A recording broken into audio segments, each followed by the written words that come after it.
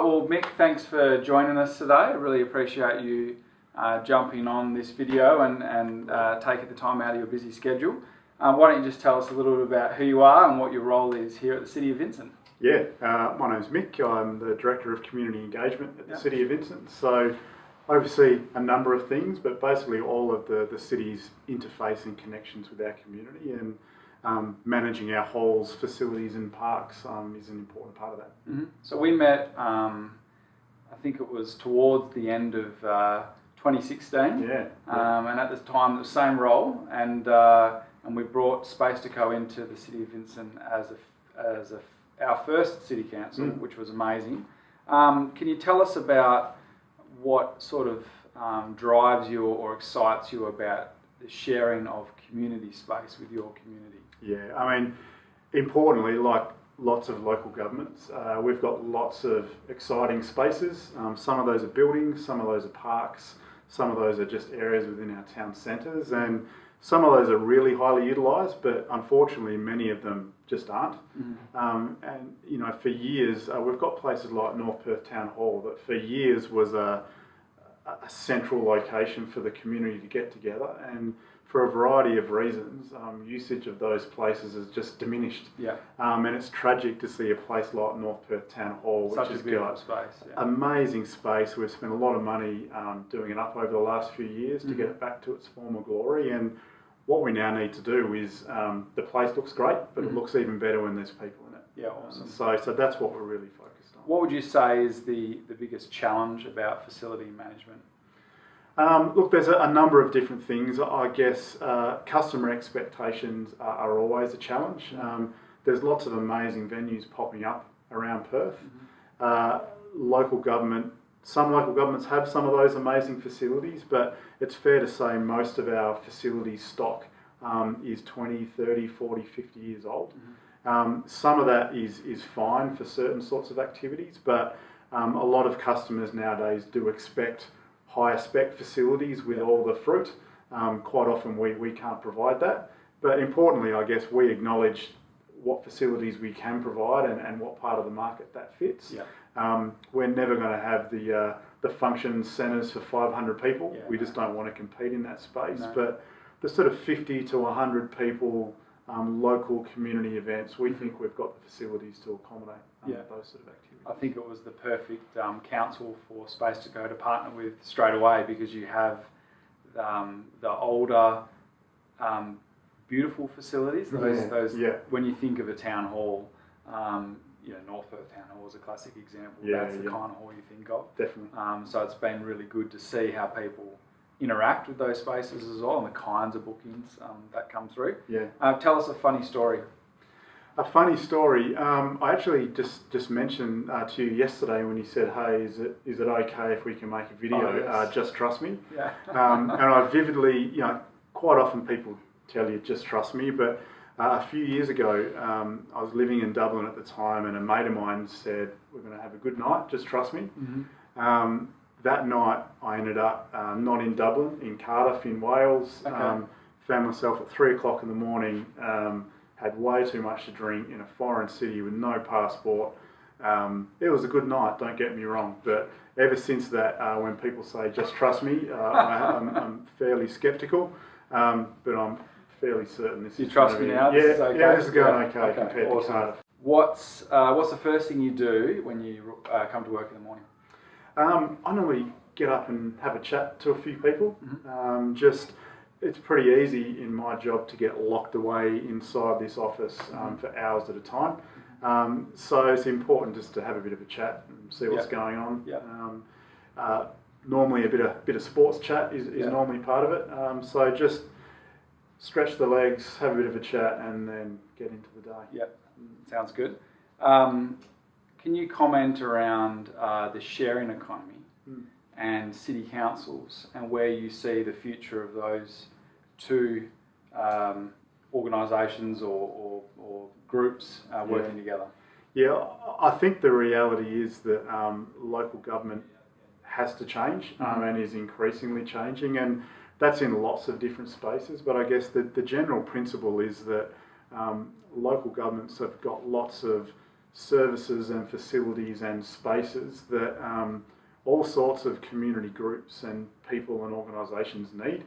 And we can't always match those spaces or services up with the people who want them. What we're starting to come to terms with now as an industry is that local government are good at lots of things, but we're not good at lots of other things, and we should stop trying to delve into things that we're not good at. That's something that I think has opened local government up to criticism for a long time, where we're in a space trying to deliver a service when we're just actually not very good at it.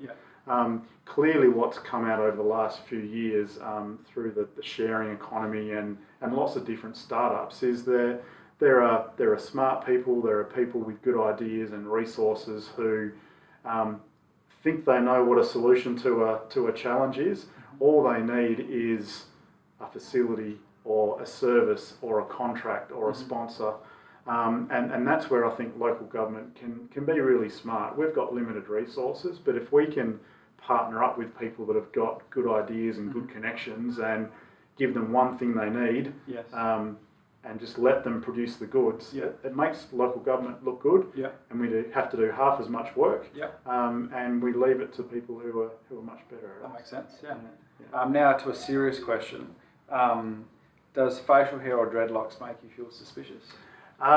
Facial hair, no. Dreadlocks, definitely. No doubt about that.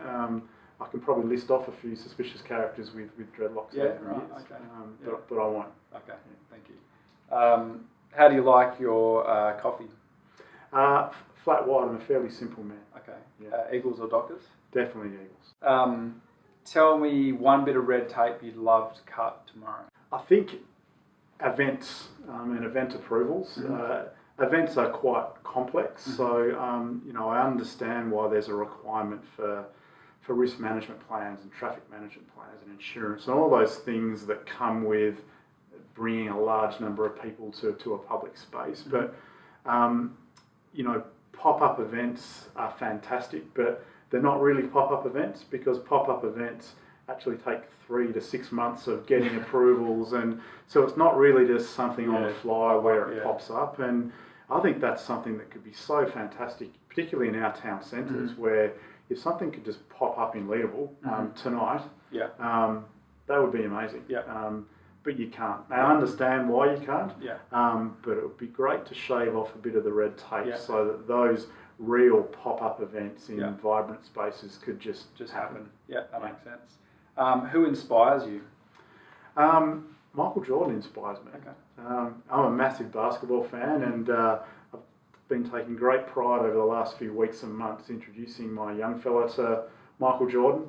Never mind LeBron James, Steph Curry, they're all amazing, but Michael Jordan inspires me.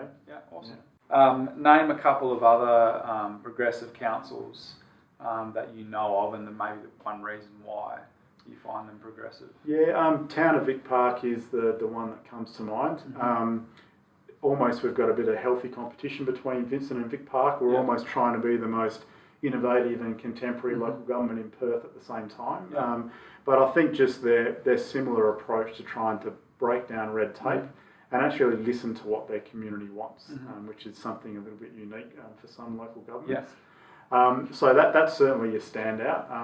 And the City of Stirling is the other one. Probably a little bit more traditional in nature, but just the size and scale, they really do have the opportunity to drive what we do as a sector. So I think we always look at Stirling to see what they're doing differently. Different scale to Vincent, very much so, but we always look to take some learnings from them. If you worked at SpacetoCo, what would you do? What would I do? I would sort out an ability to get regular users and bookings into their software. I just came up with that. But quite generally, I think from a local government perspective, if SpacetoCo can crack that, I think that selfishly for you guys, I think it's going to be a great business opportunity. But from a local government perspective, that really is the golden chalice for us to make this online booking functionality work. So I'll be pulling out all stops. I'd be getting the best developers in Australia and making that happen. Awesome. And last question, what does Perth look like in 2050? Interesting. Busy. I mean, you can already see that we're going to be like Melbourne and Sydney soon enough. A really busy, dense space. I hope that we're now putting some things in play that means we're not relying upon private transport the way we are, and we break some of our mentality around not using public transport and having to have large blocks of land, because we've still got some non-sustainable living practices that will not bode well if the city continues to grow the way it does. So hopefully the size of Brisbane, of Melbourne and Sydney like they are today, but hopefully a little bit more savvy around sustainable living and sustainable population growth. Yeah, absolutely. So City of Vincent, that's where we're in right now. Yep. You've got 60 odd facilities listed. Majority are parks, like Hyde Park, so you can book it on the weekend or during the week for like a kid's birthday party or a family catch-up. You can book the gazebo. I've actually booked it myself. Good man. You paid? Yeah, I did, good, yes. So I booked it for myself in December for my daughter's third birthday, right next to the water park. Nice. I got in before everyone else because I could. Booked it in just knowledge. A couple of minutes. It was fantastic. And you've also got about 10 or so facilities as well, all really super affordable. Yeah. Like $25, $30 an hour. Yeah. We've had weddings come through for a whole day for like under $1,000. It's pretty remarkable. Yeah. And I think that there are a couple of key things we need to look at. First of all was making the booking of those spaces easier, but also just making sure that the price point is relevant as well. And I think there've been two really great improvements. But for me, there's nothing better than the fact that when I first started here, our terms and conditions meant that you needed to give somewhere between 15 and 30 days advance notice before you could book a space. None of us could figure out why. Whereas if I wanted to book a gazebo at Hyde Park this afternoon, I could literally jump on and do it now and be there this afternoon. So within a 12, 18 month period to go from 30 days to 10 minutes, that says a lot about how we've moved and hopefully where we're moving to. I appreciate your time today. Thanks Pleasure. very much. Good man. Thanks for joining us. And we'll see you on the next episode.